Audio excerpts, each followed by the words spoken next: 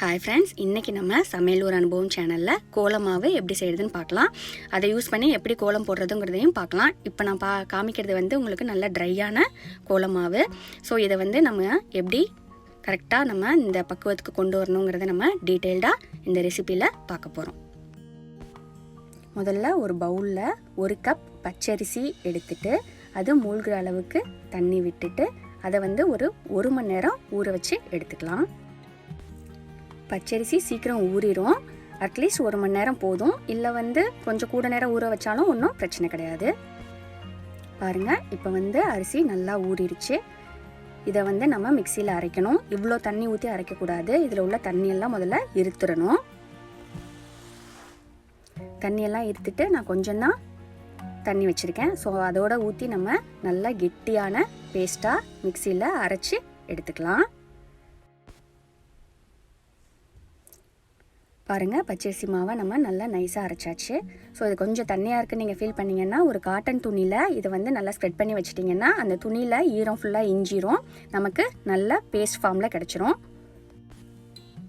இந்த பேஸ்ட்டை சின்ன சின்ன பாலாக எடுத்து நம்ம கையில் வச்சு ப்ரெஸ் பண்ணி இந்த மாதிரி நம்ம ஒரு ட்ரேயில் ஸ்ப்ரெட் பண்ணிடலாம். எல்லா மாவையும் இந்த மாதிரியே ப்ரெஸ் பண்ணி வச்சிடலாம்.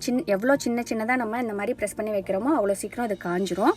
ஸோ எல்லா மாவையும் நம்ம இந்த மாதிரி பண்ணதுக்கப்புறமா ஒரு ஹாஃப் டே இல்லை 1 டேயில் ஃபுல்லாகவே நமக்கு காஞ்சிரும். வெயிலில் வச்சிங்கன்னா சீக்கிரம் காஞ்சிரும். இல்லை நிழல் காய்ச்சலாக கூட நீங்கள் வச்சிடலாம். பாருங்கள், நான் எப்படி உருட்டுறேன் அப்படின்னு சின்ன பாலாக எடுத்து உள்ளங்கையில் வச்சு இந்த மாதிரி ரோல் பண்ணிவிட்டு ஜஸ்ட்டு ஒரு ப்ரெஸ் பண்ணோன்னா நமக்கு காயறதுக்கு ஈஸியாக இருக்கும். இதே மாதிரி எல்லா மாவையுமே நம்ம ஃபஸ்ட்டு பண்ணிக்கலாம்.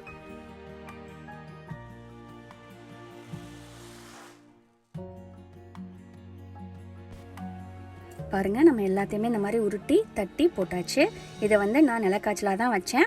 காலையில் செஞ்சேன். ஈவினிங் வந்து நல்லா ட்ரை ஆகிடுச்சு. பாருங்கள் எவ்வளோ ட்ரையாக இருக்குது அப்படின்ட்டு. நமக்கு சூப்பராக கோலமாவு ரெடி ஆகிடுச்சு. இதை வந்து ஒரு ஏர்டைட் கண்டெய்னரில் போட்டு வச்சுக்கிட்டிங்கன்னா நீங்கள் எப்பப்போ கோலம் போடணுமோ அப்பப்போ இதை எடுத்து கரைச்சிட்டு நம்ம யூஸ் பண்ணிக்கலாம். இதை யூஸ் பண்ணி எப்படி கோலம் போடுறதுன்னு இப்போ பார்க்கலாம். நான் பாருங்கள் இந்த மாதிரி ஒரு கிளாஸில் போட்டு வச்சுருந்தேன். இப்போ நமக்கு தேவையான அளவு கோலமாவை எடுத்துக்கலாம். எடுத்துட்டு அதை ஒரு பவுலில் போட்டுட்டு கொஞ்சமாக தண்ணி ஊற்றி, ரொம்ப தண்ணி ஊற்றிடக்கூடாது, ஜஸ்ட்டு அது கரையிற அளவுக்கு தண்ணி ஊற்றி நல்லா மிக்ஸ் பண்ணிடலாம். அதுக்கப்புறம் கோலம் போடுறதுக்கு கையில் வச்சுக்கிறதுக்கு ஒரு காட்டன் துணி சும்மா ஒரு ஸ்கொயர் ஷேப்பில் கட் பண்ணி அதை ரெடியாக வச்சுக்கலாம்.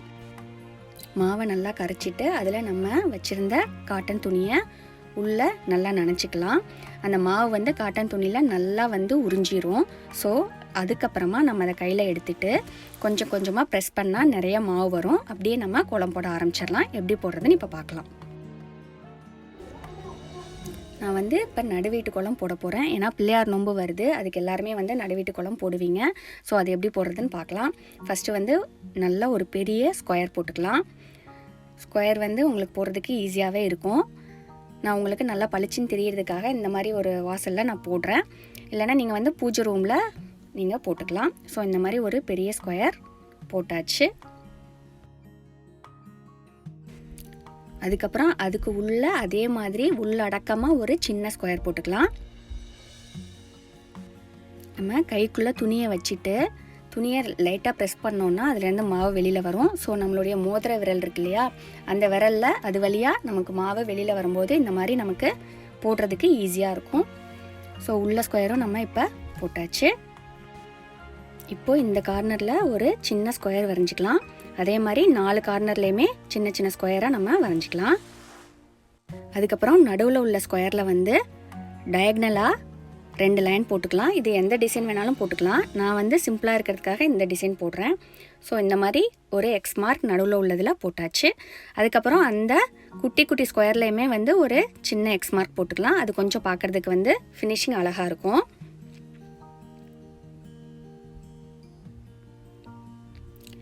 அப்புறம் நடுவில் வந்து நீங்கள் எந்த டிசைன் வேணாலும் போட்டு ஃபில்லப் பண்ணிக்கலாம். ஸோ ஒவ்வொன்றுக்கும் ஒவ்வொரு டிசைனும் போடலாம். இல்லை ஒரே டிசைன் வந்து 4 பகுதிக்குமே போட்டுக்கலாம். ஸோ நான் இந்த மாதிரி போடுறேன். இதே மாதிரி நம்ம 4 ட்ரையாங்கிளையுமே நம்ம ஃபினிஷ் பண்ணிடலாம்.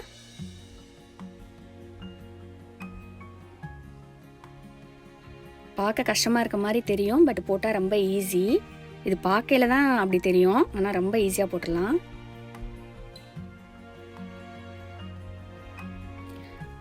அதுக்கப்புறம் இந்த மாதிரி ஒரு 2 சுழி சுழியாக போட்டுக்கலாம் அந்த ஒவ்வொரு ரெக்டாங்கிள்லையுமே.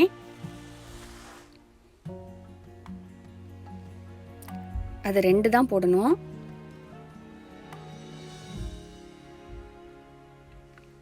ஸோ சென்டர் பார்ட் முடிச்சிட்டோம். அதுக்கப்புறம் கால் வரையணும். ஸோ 4 பக்கமும் ஒவ்வொரு பக்கத்துக்கு 2 நம்ம வரையணும். ஸோ இந்த மாதிரி நம்ம 4 பக்கத்துலையுமே வரைஞ்சிட்டு அப்புறம் அதுக்குள்ளேயும் ஒரு சின்ன டிசைன் போட்டு நம்ம ஃபில் பண்ணிக்கலாம்.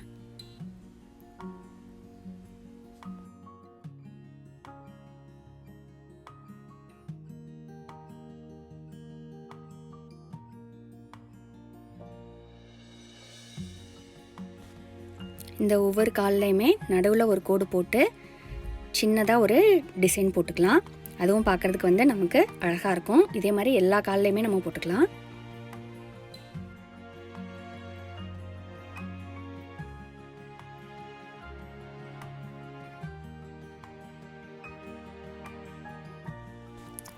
இப்போது இந்த ஸ்பேஸ்லேயும் நீங்கள் எது வேணாலும் வரையலாம். பட் எம்டியாக மட்டும் விடக்கூடாது. ஸோ இந்த மாதிரி நான் ட்ரையாங்கிள் வரைஞ்சிட்டு நான் நடுவில் என்ன டிசைன் போட்டனோ அதே டிசைனை வந்து எல்லா ட்ரையாங்கிளையும் நான் ஃபில்லப் பண்ணிக்கிறேன். ஏன்னா பார்க்குறதுக்கு வந்து அது ஒரே மாதிரி இருக்கும். நீங்கள் எந்த டிசைன் வேணாலும் போட்டுக்கலாம். ஸ்கொயராக போட்டுக்கலாம், இல்லை கட்டம் கட்டமாக போட்டுக்கலாம். ஸோ ஆனால் வந்து அது அடப்பட்டு இருக்கணும்னு சொல்லுவாங்க, ஓப்பனாக விடக்கூடாது.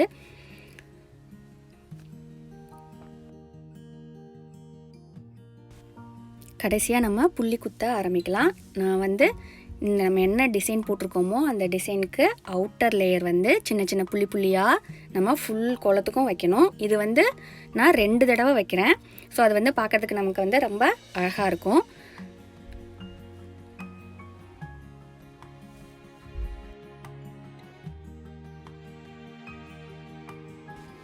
பாருங்கள், கோலம் ஃபினிஷ் பண்ணி நம்ம புள்ளியெல்லாம் குத்தி முடிச்சாச்சு.